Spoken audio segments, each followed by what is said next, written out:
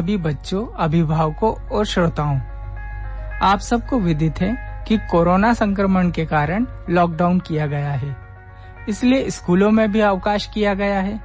इस दौरान बच्चों की पढ़ाई प्रभावित न हो, इस हेतु अभिभावक बच्चों के साथ इस कार्यक्रम को ध्यान पूर्वक सुने।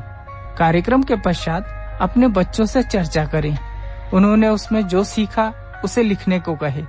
पढ़ाई में निरंतरता बनी रहे, इस हेतु पिछली कक्षा की पाठ्य पुस्तकें प्रतिदिन 1 घंटा अवश्य पढ़ें और लेखन कार्य हेतु भी बच्चों को प्रेरित करें। पाठ्य पुस्तकों की पुनरावृत्ति से अगली कक्षा हेतु बच्चे तैयार होंगे। पाठ्य पुस्तकों के साथ साथ कहानियां भी शिक्षा प्रदान करने का एक सशक्त माध्यम होती हैं। चाहे बच्चे हो या बड़े, सभी को कहानियां पसंद होती हैं। बच्चों, आप सबने पंचतंत्र के बारे में सुना तो होगा ही, तो आज हम आपको उसी में से एक कहानी सुनवाएंगे। तो देर न करते हुए सुनते हैं ये कहानी।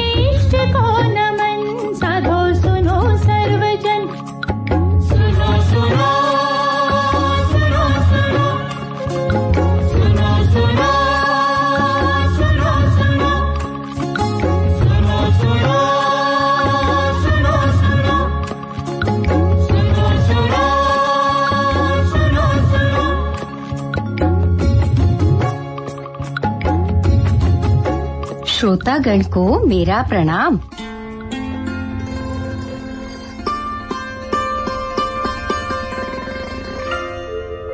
सभी बच्चे बूढ़े अपने अपने स्थानों को ग्रहण कर लें, क्योंकि अब शुरू हो रहा है पंचतंत्र की कहानियों का सिलसिला।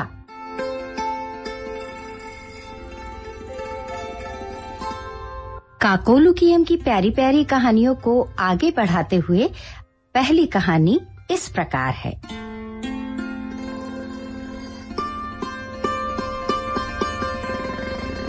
महिला रोप्य नगर में देव शक्ति नाम का एक राजा रहता था। उनका एक ही पुत्र था, जिसे लेकर महाराज अत्यंत चिंतित रहते थे, क्योंकि राजपुत्र के पेट में एक सर्प रहा करता था। उस उदरस्थ सर्प के कारण उसका स्वास्थ्य क्षीण होता चला जा रहा था।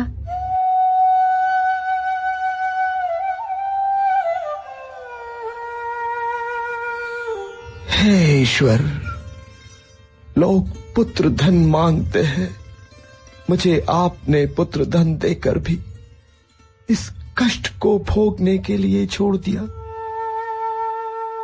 हर प्रकार से चिकित्सा करवा चुका हूं, अच्छे अच्छे वैद्यों, शास्त्रीय विधि से निर्मित औषधियां,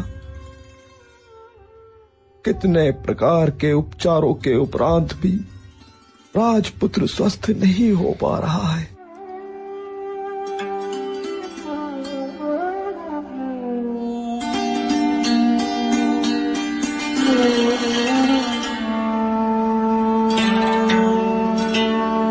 मैं जानता हूं पिताजी, आप मुझे लेकर अत्यंत चिंतित रहते हैं। युवा पुत्र माँ बाप के दुखों को बांटता है, उनकी चिंताएं दूर करता है, और मैं नहीं पुत्र नहीं, ऐसे निराश नहीं होते। भगवान इतने निष्ठुर नहीं हो सकते, कोई ना कोई उपाय अवश्य निकलेगा। तुम चिंता ना करो पुत्र, तुम चिंता ना करो।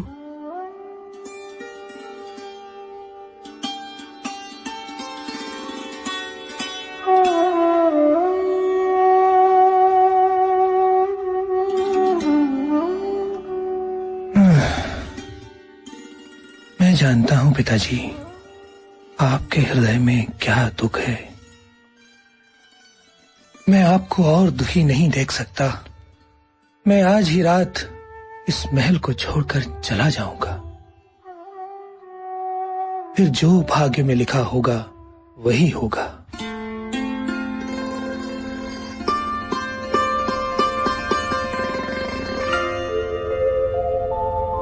उसी रात को राजपुत्र ने महल छोड़ दिया। दूसरे नगर में जाकर भिक्षाटन करके वो जीविका चलाने लगा और रात में एक विशाल देवालय में सोकर अपना समय व्यतीत करने लगा। जिस नगर में राजकुमार रहता था उसी नगर का राजा था बलि। उसकी 2 कन्याएं युवा हो चुकी थीं। सूर्योदय काल में दोनों प्रतिदिन पिता के चरण स्पर्श करती।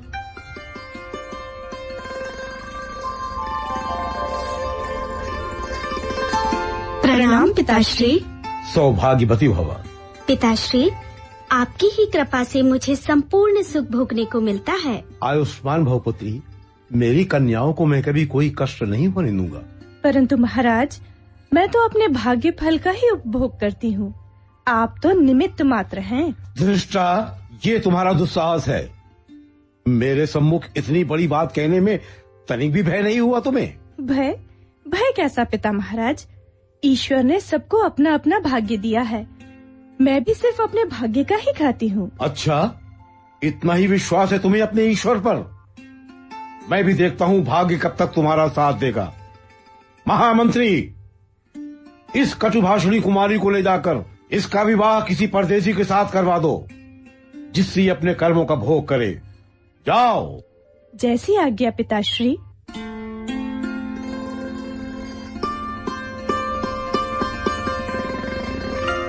मंत्रियों ने भी राजकन्या को ले जाकर उसका विवाह उस देवालयवासी राजकुमार के साथ कर दिया। राजपुत्री प्रियंवदा ने भी प्रसन्न मन से उसे पति देवता की तरह स्वीकार कर लिया। उसे लेकर वो दूसरे नगर में चली गई।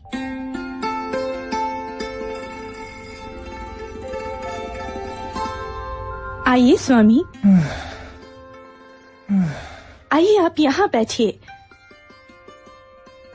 आप यहाँ इस वट वृक्ष के नीचे विश्राम करें।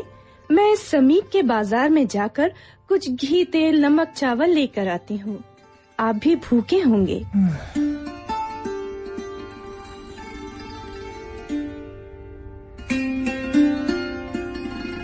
वस्तुएं क्रय करके लौटने पर उसने देखा राजपुत्र किसी सर्प के बिल पर सिर रखकर सो रहा है।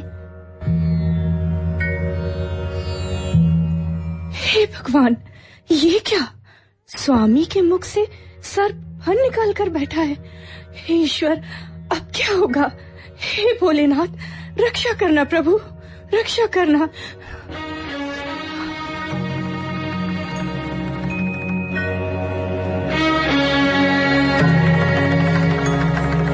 अरे, इसमें से तो एक सर्प निकल रहा है। क्या करूं? हे ईश्वर, कैसे स्वामी के प्राण बचाऊं? हे ईश्वर। अरे, ये सर्प तो कुछ बोल रहे हैं।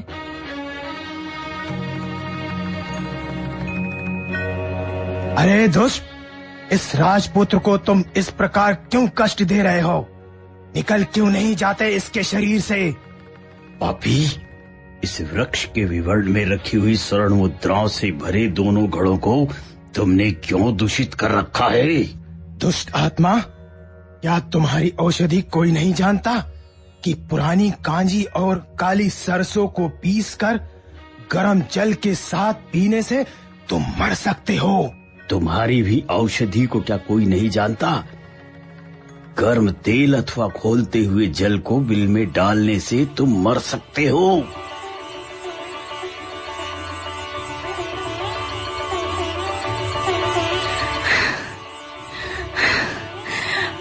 आज का एक क्षण मेरे जीवन में कितना आनंद दे गया। मैं अभी ये उपाय करती हूँ, मेरे स्वामी स्वस्थ हो जाएंगे। हे प्रभु तेरा लाख लाख धन्यवाद है।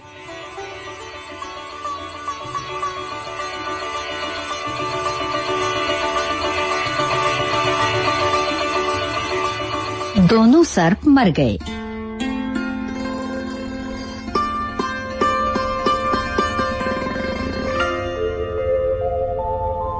धन और स्वस्थ पति को लेकर प्रियंवदा श्वशुर गृह लौट गई। इसीलिए कहते हैं, परस्पर विवाद में एक दूसरे के रहस्यों को व्यक्त करने वाले सर्पों की तरह मरते हैं।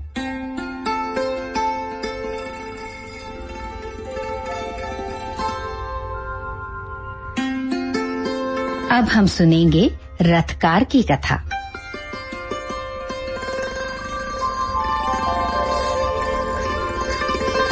कान्यकुब्ज नगर में वीरवर नाम का एक रथकार अपनी पत्नी कामदमनी के साथ रहता था। कामदमनी व्यभिचारिणी थी। एक बार वीरवर ने सोचा,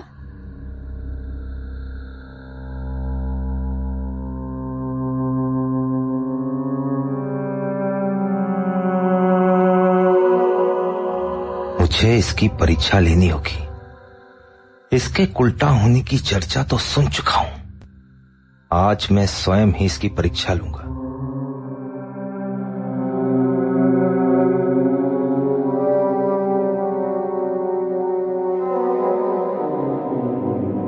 सुनो प्रिय जी, कहिए। कल प्रातः काल मैं समीप के गांव में जा रहा हूं। बहुत आवश्यक कार्य है, इस कारण कई दिन लग जाएंगे। भोजन के लिए कुछ बना दो तो अच्छा रहेगा। अरे वाह, ये तो मेरी मनोकामना ही पूरी हो गई। हाँ स्वामी, क्यों नहीं, आप निश्चिंत रहिए। परंतु आपके बिना मैं कैसे रह पाऊंगी। आप अति शीघ्र वापस हो आइएगा। मैं आपके लिए शुद्ध पकवान बनाऊंगी।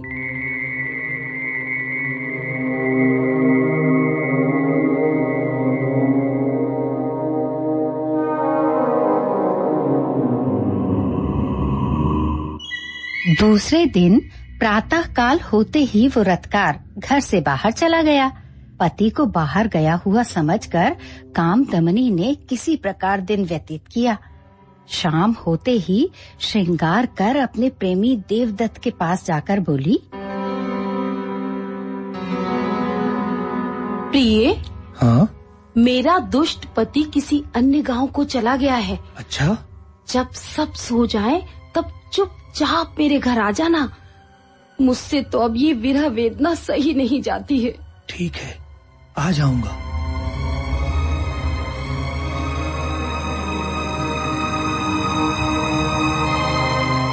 और इधर की कहानी सुनिए।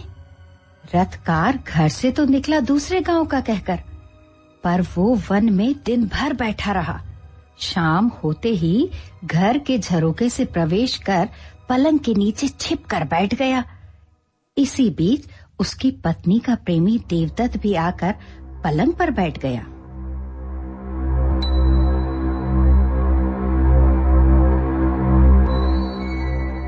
दुष्ट, अधर्म, जी तो चाहता है अभी निकल कर इनकी हत्या कर दूं।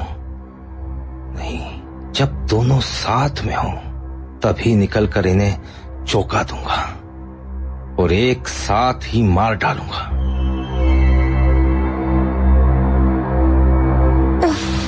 कब से इस पल की प्रतीक्षा में थी मैं। हाँ, मैं भी। मैं दरवाजे पर सांकल लगा कर आती हूँ। ठीक है।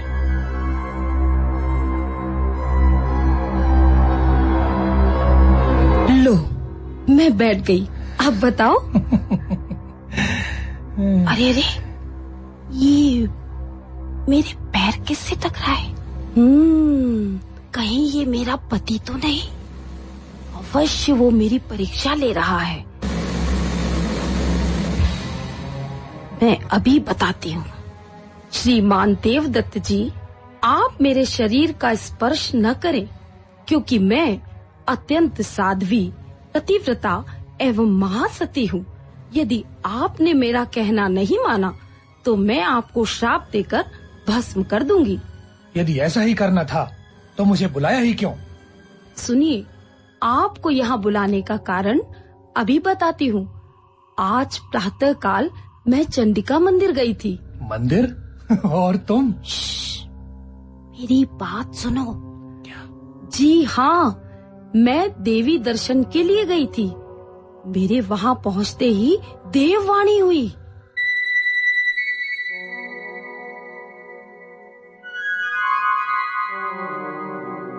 मैं तुमसे कैसे कहूँ, परंतु तुम मेरी भक्त हो, तुम्हें सत्य बताना ही पड़ेगा। दुर्भाग्य से तुम 6 माह में विधवा हो जाओगे। मैंने देवी से पूछा, भगवती, जैसे आप मेरे ऊपर आने वाली विपत्ति को जानती हैं, उसी प्रकार आप इस विपदा के प्रतिकार को भी जानती होंगी। कृपया मेरे पति के शतायु होने का उपाय क्या है, बताएं। देवी बोली, उपाय है पुत्री, परंतु बड़ा कठिन है। तुम्हारे अतिरिक्त इस विपदा का प्रतिकार किसी के भी पास नहीं है। फिर मैंने पुनः निवेदन किया, देवी, यदि वो उपाय मेरे प्राणों के परित्याग से भी संभव है तो भी मुझसे अवश्य कहिए, ताकि मैं शीघ्र उसे कर सकूं।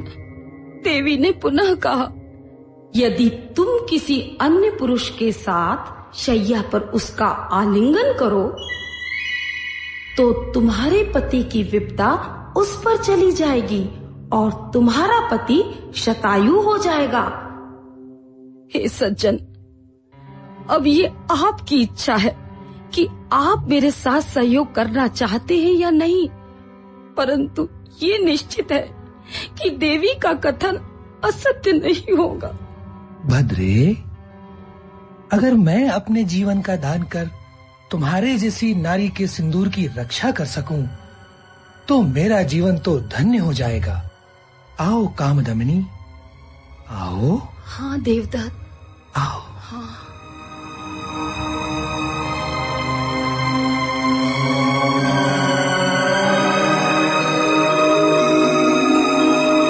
हे कामदमिनी, दुष्टों के कहने से मेरे मन में तुम्हारे लिए संदेह उत्पन्न हो गया था।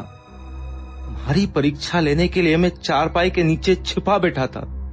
अब मेरा संदेह समाप्त हो गया है। तुम पतिव्रत नारियों में श्रेष्ठ हो, क्योंकि पर पुरुष के साथ रहकर भी तुमने संयम का पालन किया।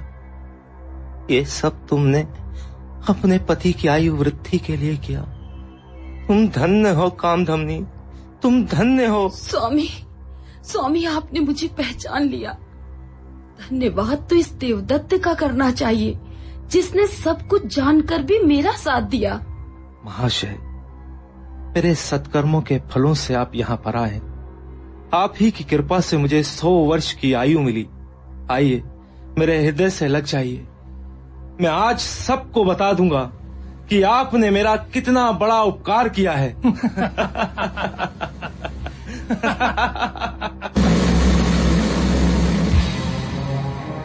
मूर्ख वीरवर प्रत्यक्ष रूप से पाप करते हुए देखकर भी झूठे समाधान से संतुष्ट हो गया।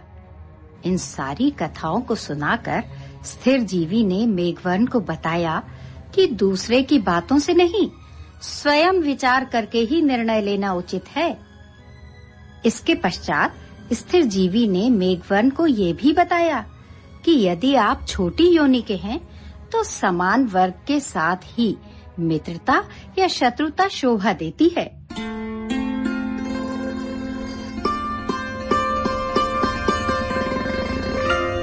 एक और कथा भी सुनाई।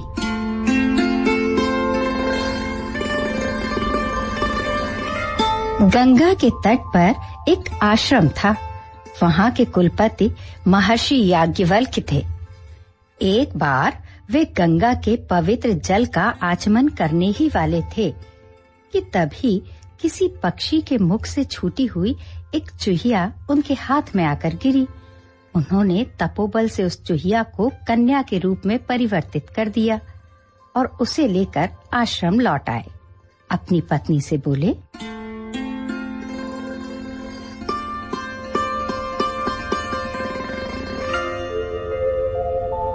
भाग्यवान, इस कन्या को ले जाओ। इसे अपनी ही कन्या समझना। प्रयत्न पूर्वक इसका पालन करो। ये ईश्वर का भेजा हुआ आशीर्वाद है। जो आज्ञा स्वामी।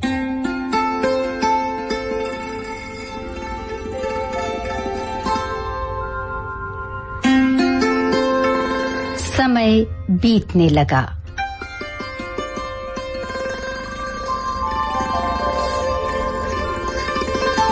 स्वामी, हमारी पुत्री अब बड़ी हो चुकी है। इस कन्या के विवाह का उचित समय आ गया है। देवी, आपने ठीक ही कहा। इसका विवाह मैं योग्य वर से ही करूंगा। यदि आप कहें तो भगवान सूर्य को बुलाकर उनके साथ पुत्री का विवाह करा दूं। ये तो उत्तम विचार है। आप ऐसा ही करें। ओम भास्कराय नमः। ओम भास्कराय नमः।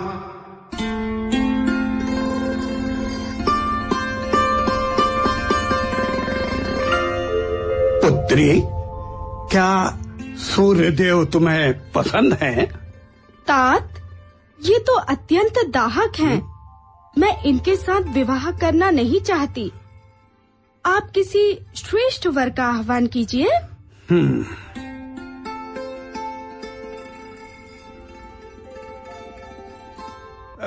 मेघराज सूर्यदेव से श्रेष्ठ हैं, क्योंकि वो सूर्य को भी आच्छादित कर देते हैं। मैं उन्हीं का आह्वान करता हूँ।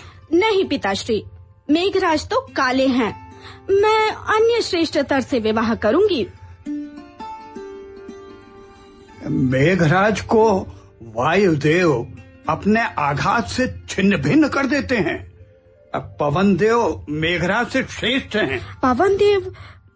नहीं तात, पवन देव अत्यंत चपल हैं। आप उनसे भी श्रेष्ठ का आह्वान कीजिए। पुत्री, मुझे लगता है पवन देव से श्रेष्ठ पर्वत हैं, जो पवन देव के हिलाए भी नहीं हिलते। पवन देव से श्रेष्ठ पर्वत?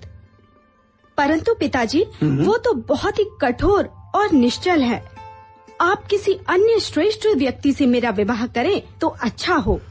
तो फिर पर्वतराज से श्रेष्ठतर तो चूहे हैं, जो अनायास ही पर्वत में भी छिद्र कर देते हैं। तो क्या मूषक राज तुम्हें पसंद है? मैं उनसे तुम्हारा विवाह करा दूं? अवश्य तात, अवश्य। इनसे श्रेष्ठ वर तो त्रिभुवन में कोई हो ही नहीं सकता है। आप मुझे चूहिया बनाकर इनसे मेरा विवाह करवा दें, ताकि मैं गृहिणी धर्म का पालन कर सकूं। तथास्तु। आयुष्मान भव।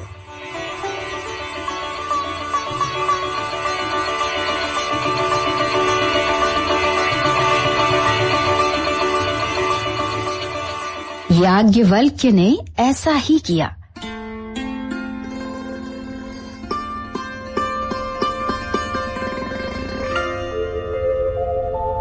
इस कथा को सुनाकर स्थिर जीवी ने मेघवर्ण को बताया कि समान वर्ग या योनि में ही मित्रता या शत्रुता लाभदायक होती है और वही उचित भी है। इसी कारण इतने सुयोग्य पात्रों को छोड़कर उस मूषिका ने समान योनि के मूषक को ही चुना। एक बार मेघवर्ण के पूछने पर स्थिर जीवी ने कहा, वो दुश्मन के घर में घुसकर उसे मारने की योजनाएं बना रहा है। वहां उलूक राज को उनके ही मंत्रियों के विरुद्ध भड़का रहा है। मेघवर्ण ने उससे पूछा कि आगे क्या होगा और वो शत्रुओं के पास क्यों गया। तो स्थिर जीवी ने बताया,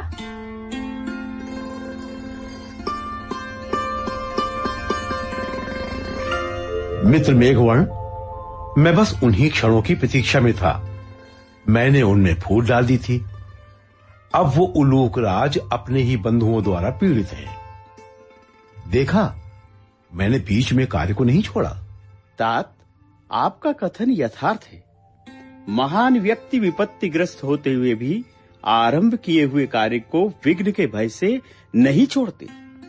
आपने बुद्धि के द्वारा मेरे शत्रु का विनाश करके मेरे राज्य को निष्कंटक कर दिया है।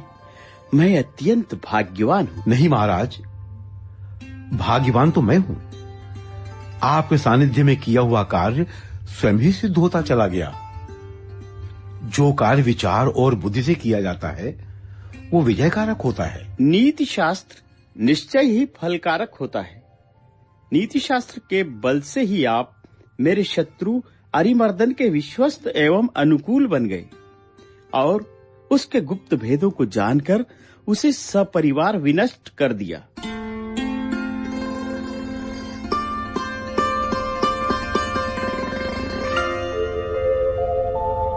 और इस प्रकार एक दूसरे का धन्यवाद कर दोनों ने कृतज्ञता स्वीकार की।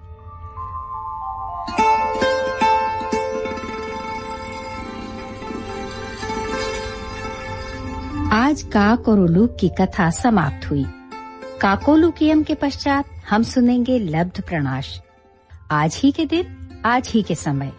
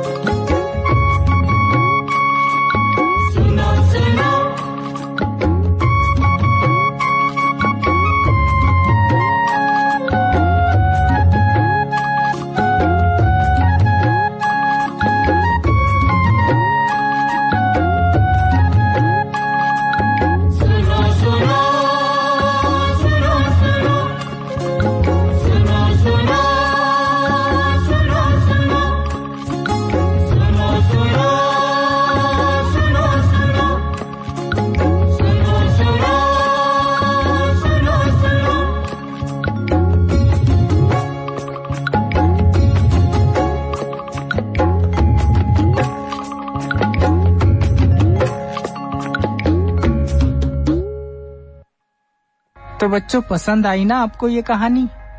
अब आपको सुनवाते हैं अंग्रेजी भाषा का ज्ञान बढ़ाता कार्यक्रम इंग्लिश इज फन। ध्यान रहे कि परस्पर रेडियो संवाद कार्यक्रम इंग्लिश इज फन एक गतिविधि आधारित कार्यक्रम है। कक्षा संचालन के दौरान शिक्षक रेडियो टीचर के निर्देश को सुनकर गतिविधि कराते हैं। चूँकि रेडियो अभी घर पर ही सुनना है, अतः सभी छात्रों के माता पिता, भाई बहन, अभिभावकों से अनुरोध है कि रेडियो टीचर द्वारा दिए गए निर्देशानुसार गतिविधि अवश्य करवाएं। तो पेश है इंग्लिश इज फन। हे राजू, हे चंदा, कम ऑन।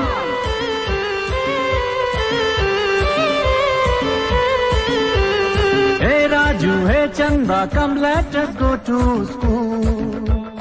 हे राजू, हे चंदा, come let us go to school. We shall listen and learn English. Come, let us go to school.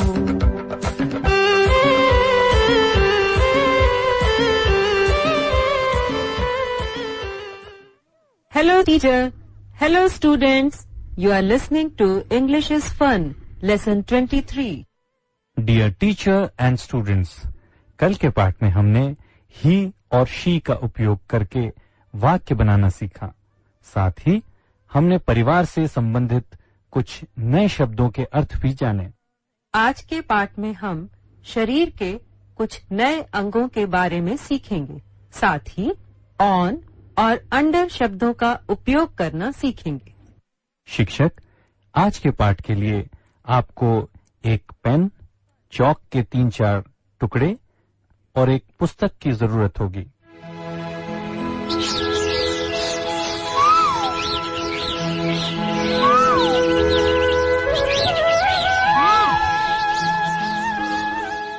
Good morning, teacher and students.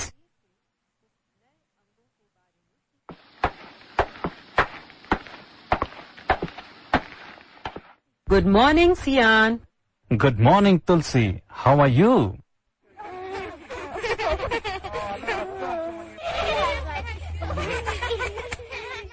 Good morning, good morning. Good morning, Chanda. Are you late for school? Yes, I missed the bus and have to walk all the way to the school. Well, Chanda, we will see you in the evening. Yes, Chanda. See you in the evening. तब तक तुम अपनी कक्षा का कार्य भी कर चुकी होगी। Goodbye. Now, Tulsi, let's sing the good morning song ourselves. Oh, can I sing too? अभी नहीं, स्कूल बहुत दूर है और तुम लेट हो जाओगी। सियान, चलो हम लोग भी चंदा के साथ पैदल स्कूल चलते हैं और चलते चलते ही हम गुड मॉर्निंग गीत भी गा सकते हैं। ये yes Chanda. Tulsi, are you ready? Let's walk and Singh.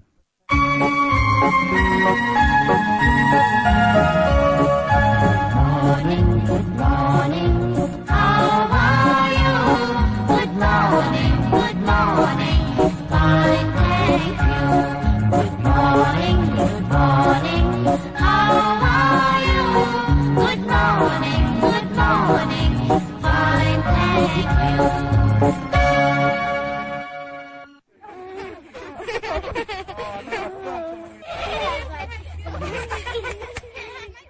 Chanda, we will see you this evening. Goodbye, चंदा। शिक्षक, स्टूडेंट से पूछें कि चंदा को देरी क्यों हुई थी और तुलसी ने सियान को किस प्रकार राजी किया जिससे चंदा उनके साथ गुड मॉर्निंग गीत गा सके।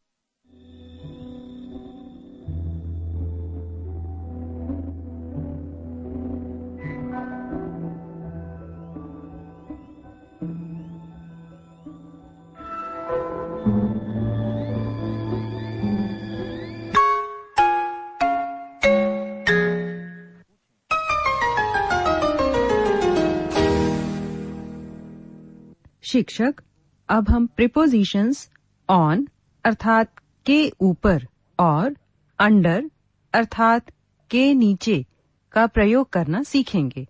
इस अभ्यास एक्सरसाइज के लिए आपको 3 से 4 पीस चौक, कुछ पेन या पेंसिल की जरूरत पड़ेगी। Raju, what is this? This is a pen. Raju, what is that? That is a table. Raju, look, I am putting this pen on the table. Raju, ध्यान दो, मैं इस पेन को टेबल के ऊपर रख रहा हूँ। शिक्षक विद्यार्थियों को ऑन अर्थात के ऊपर का अर्थ स्थानीय बोली में समझाएं।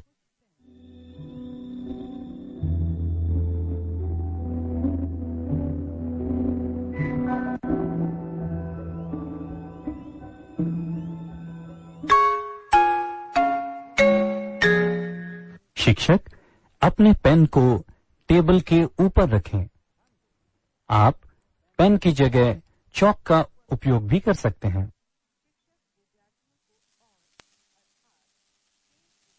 Raju, where is the pen? The pen is on the table. Good Chanda. Raju, where is the pen? The pen is on the table. Good Raju, the pen is on the table. शिक्षक, अब चौक के 3 टुकड़े कर लें। एक टुकड़े को टेबल के ऊपर, दूसरे को कुर्सी या चेयर के ऊपर और तीसरे को जमीन पर रखें। यदि आपके पास बुक है तो आप एक चौक पीस उसके ऊपर भी रख सकते हैं।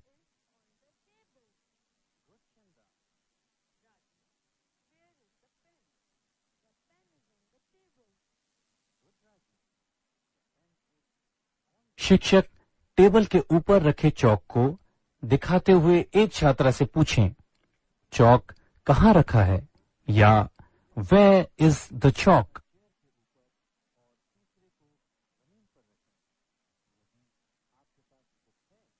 छात्रा का उत्तर होना चाहिए, चौक इज ऑन द टेबल, अर्थात चौक टेबल के ऊपर रखा है। यदि वह पूरे वाक्य में उत्तर नहीं देती तो उससे फिर से प्रश्न पूछें और पूरे वाक्य में उत्तर देने में उसकी सहायता करें।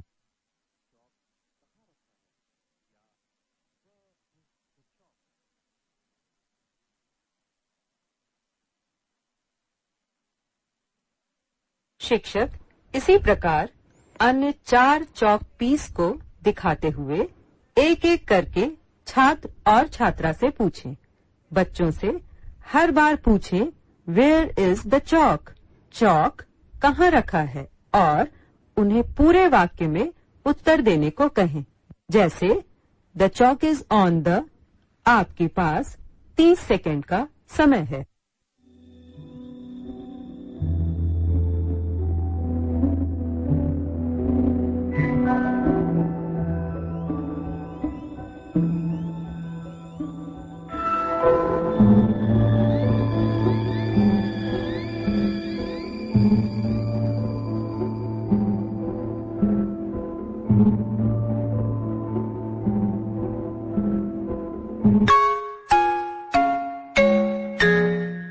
Chanda, what's this?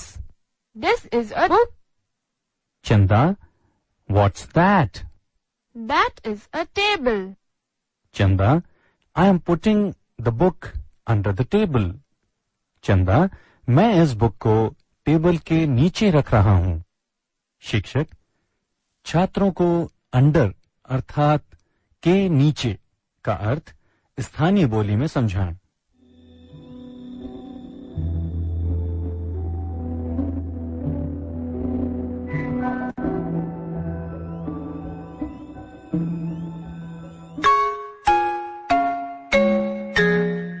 शिक्षक बुक को टेबल के नीचे रखें।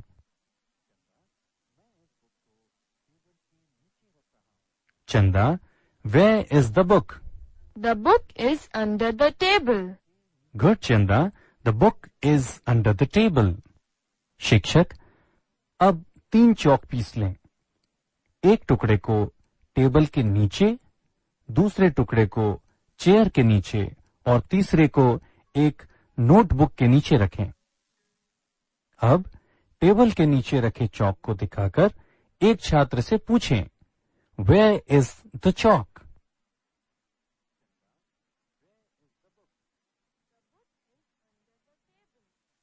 छात्र का उत्तर होना चाहिए, चौक इज अंडर द टेबल।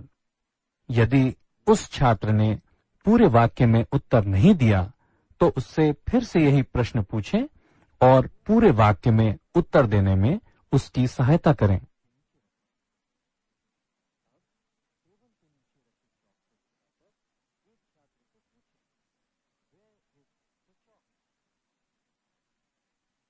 शिक्षक अब इसी प्रकार अन्य चौक के टुकड़े को एक छात्र फिर एक छात्रा को दिखाएं।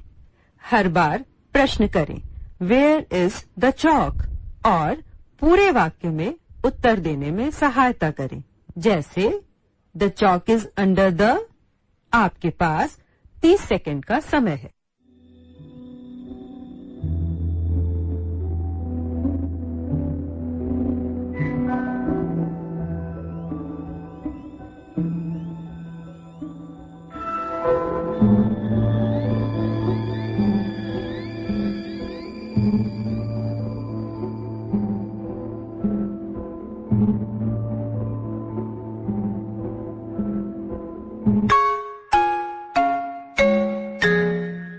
Very good, students. शिक्षक विद्यार्थियों को बताइए कि अब हम शरीर के कुछ और अंगों के नाम जानेंगे। शिक्षक नेक अर्थात गला का अर्थ स्टूडेंट्स को समझाएं।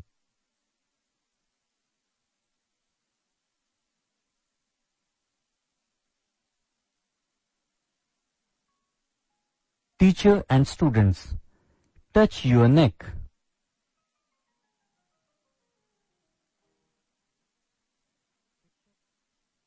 Good. You can put your hands down now. शिक्षक अब हेयर अर्थात बाल का अर्थ स्टूडेंट्स को समझाएं।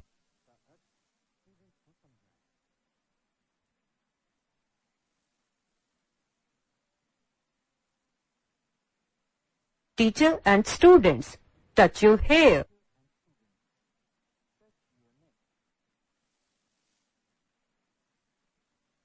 Good. Put your hands down.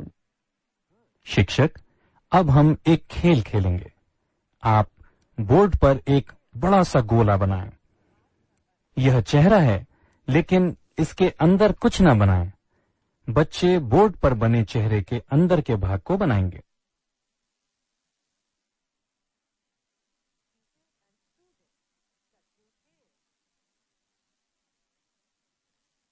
शिक्षक अब एक के बाद एक कर एक छात्र और एक छात्रा को कक्षा के सामने बुलाएं।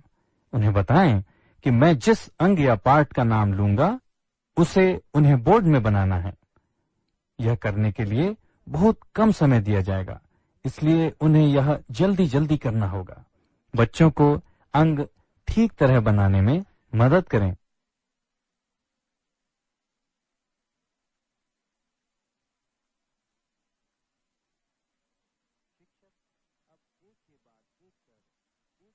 Ready students?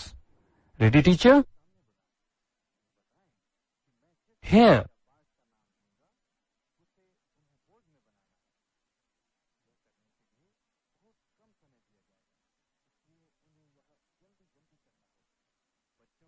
Eyes.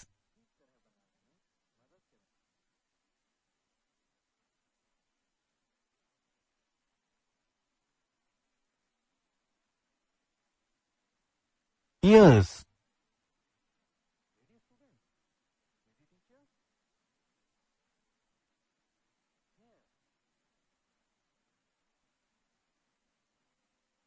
Nose.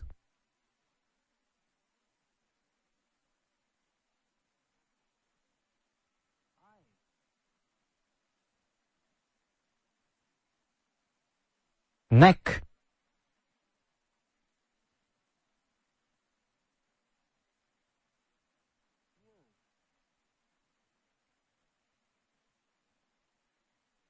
बहुत अच्छा। शिक्षक अब पूरी क्लास को इन बच्चों के लिए ताली बजाने कहें।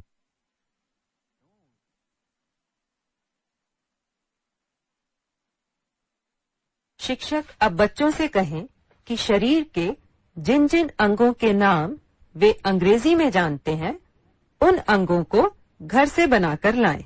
बच्चे जैसा चाहें वैसा बना सकते हैं, जैसा कि बोर्ड में उदाहरण दिया गया है।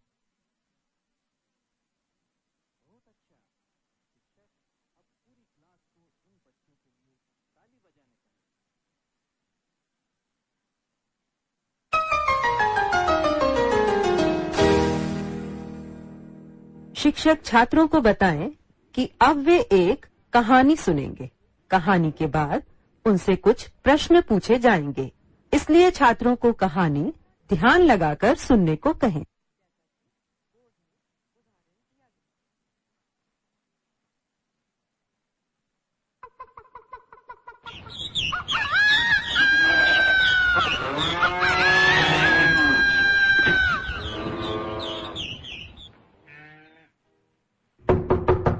राजू, राजू।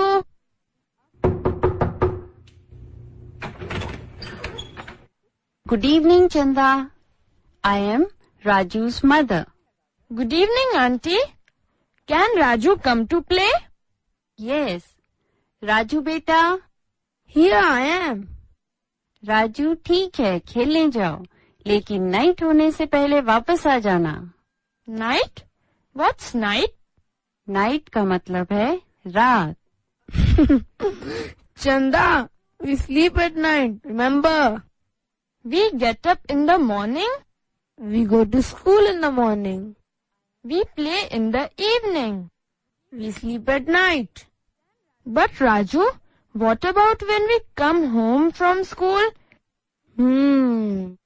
चंदा, उसे आफ्टरनून अर्थात दोपहर कहते हैं।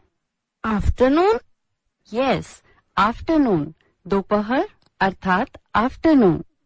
So, we get up in the morning, go to school in the morning, go home from school in the afternoon. And we play in the evening, then sleep at night. Very good. तो अब तुम morning अर्थात सुबह, afternoon अर्थात दोपहर, evening अर्थात शाम और नाइट अर्थात रात को जान गए हो। Oh yes, we are very clever. Good. यदि तुम इतनी समझदार हो तो ध्यान रखना कि राजू शाम तक घर आ जाए। Yes, aunty. बाय चंदा एंड राजू।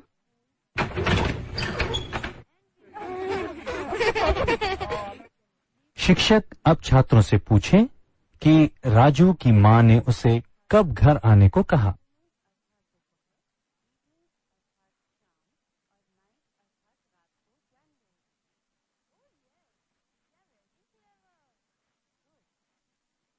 शिक्षक छात्रों से पूछें कि आफ्टरनून का क्या मतलब है।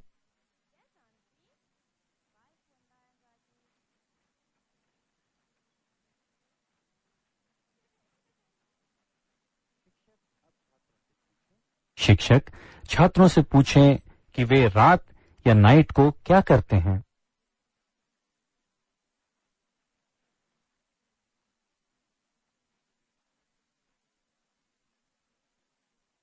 शिक्षक कुछ छात्रों से पूछें कि दिन का कौन सा समय उन्हें सबसे अच्छा लगता है और क्यों अच्छा लगता है।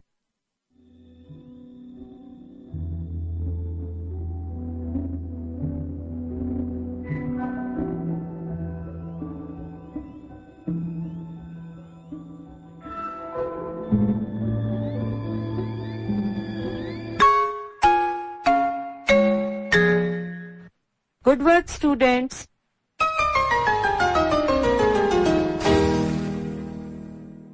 शिक्षक अब हम रेडी स्टेडी शो गेम के द्वारा संख्याओं का अभ्यास करेंगे।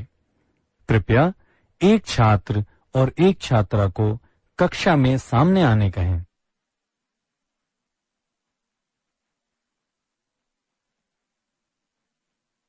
शिक्षक अब छात्र को कक्षा की ओर मुंह कर अपना एक हाथ पीछे रखकर खड़े होने को कहें।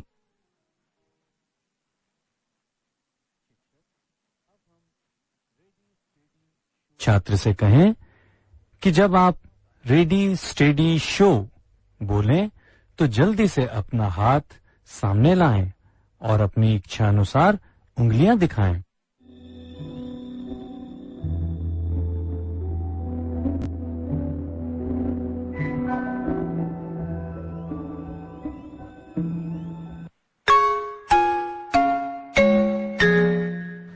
अब छात्रा से उंगलियों को गिनने को कहें।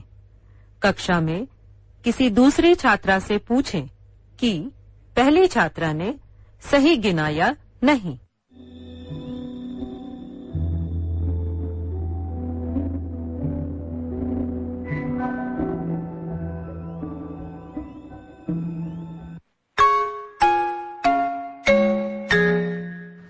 अब यही गतिविधि किसी अन्य छात्र छात्रा को सामने बुलाकर करें। पहले छात्रा से कहें कि जब आप रेडी स्टेडी शो बोलें तो जल्दी से अपना हाथ सामने लाएं और अपनी इच्छा अनुसार उंगलियां दिखाएं।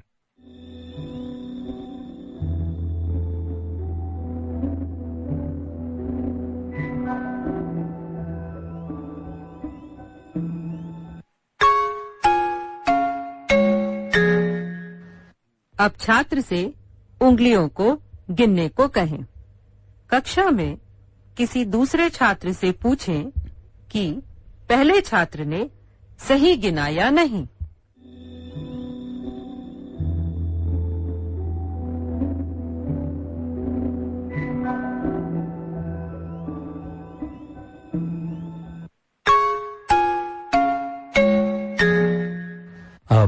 सभी छात्रों को बालक और बालिका के जोड़ों में बांटें।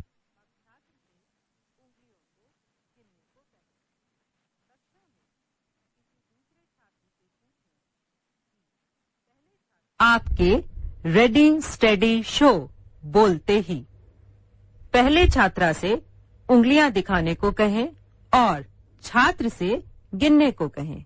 आपके पास 20 सेकंड हैं।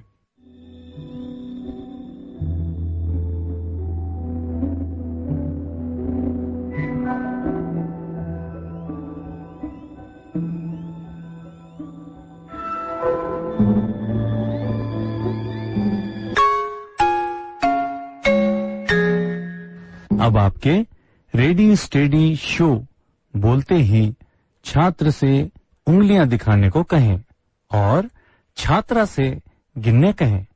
आपके पास 20 सेकंड का समय है।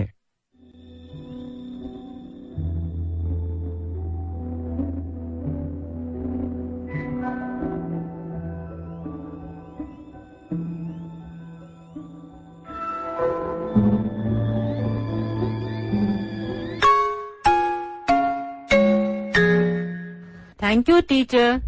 Very good students.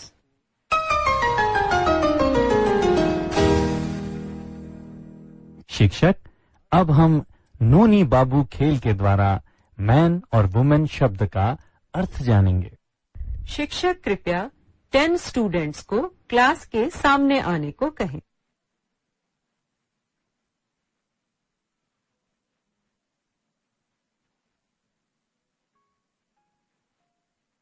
शिक्षक, अब क्लास के सामने खड़े स्टूडेंट्स को बताएं कि जब रेडियो कलाकारों द्वारा किसी मैन अर्थात पुरुष का नाम बोला जाएगा तो उन्हें अपने हाथ ऊपर उठाने होंगे।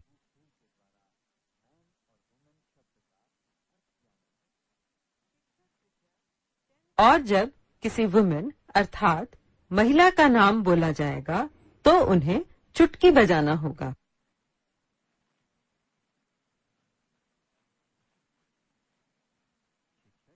शिक्षक, कृपया स्टूडेंट्स को बताएं कि अगर किसी भी छात्र ने इस खेल में गलती की तो उसे अपनी सीट पर वापस जाना होगा।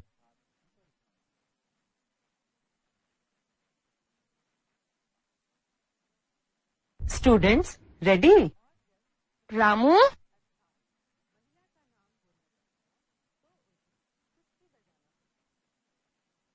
लीला,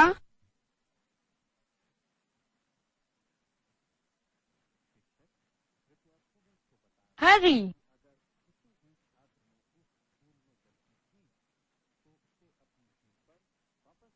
रानी,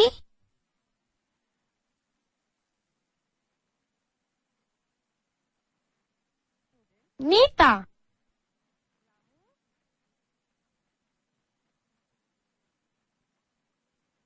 गीता,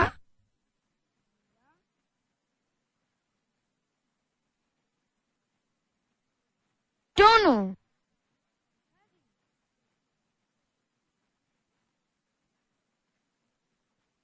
मीता,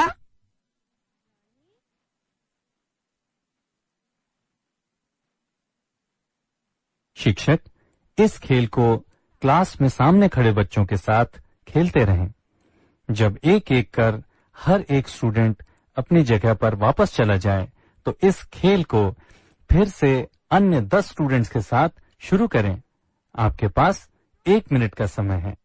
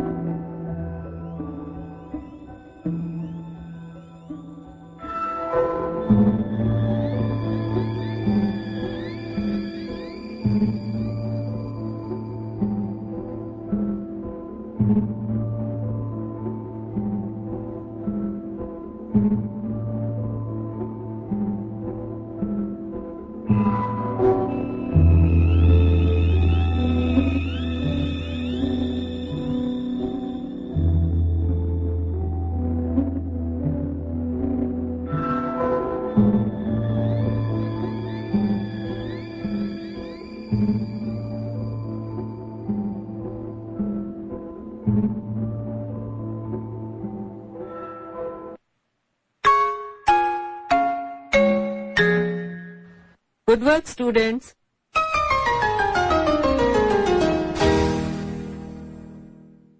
शिक्षक, अब हम शरीर के विभिन्न अंगों के नाम टच सॉन्ग के द्वारा अभ्यास कर सीखेंगे। कृपया छात्रों से कहें कि राजू के गीत को वे ध्यानपूर्वक सुनें।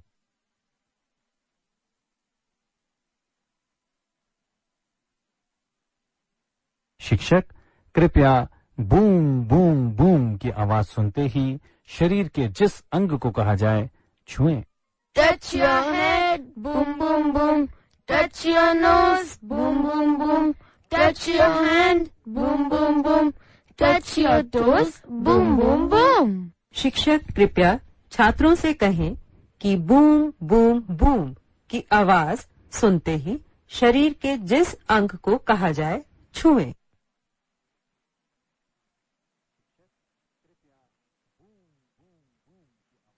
Students, stand up. Touch your head, boom boom boom. Touch your nose, boom boom boom. Touch your hand, boom boom boom. Touch your toes, boom boom boom. Again. Touch your head, boom boom boom. Touch your nose, boom boom boom. Touch your hand, boom boom boom. Touch your toes, boom boom boom. Students, sit down.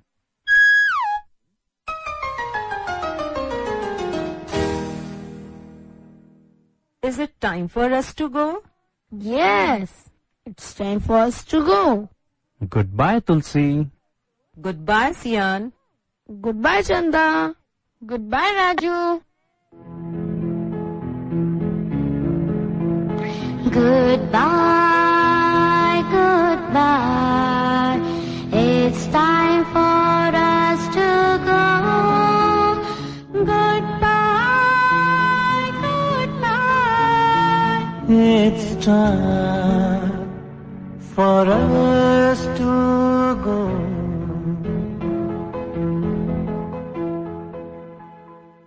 Goodbye. You have been listening to English is Fun, Lesson 23. Dear teacher and students, आज हमने शरीर के कुछ और अंगों के नाम अंग्रेजी में सीखे और ऑन तथा अंडर का प्रयोग करना सीखा। कल हम प्रीपोजिशन और जेंडर नाउन का अध्ययन करेंगे। शिक्षक कृपया विद्यार्थियों को याद दिलाएं कि उन्हें शरीर के जिन अंगों के नाम अंग्रेजी में आते हैं उसका चित्र बनाकर घर से लाना है। शिक्षक कल क्लास शुरू होने से पहले यह देख लें कि सभी स्टूडेंट्स ने अपना होमवर्क कर लिया है या नहीं। उन्हें बताएं कि जो छात्र अब तक बताए गए सभी अंगों के चित्र बनाकर लाएंगे उनके चित्र कक्षा में लगाए जाएंगे।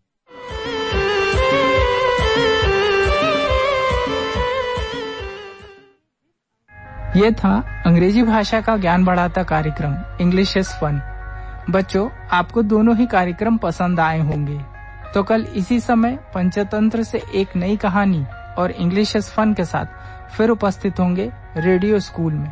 तब तक के लिए नमस्कार।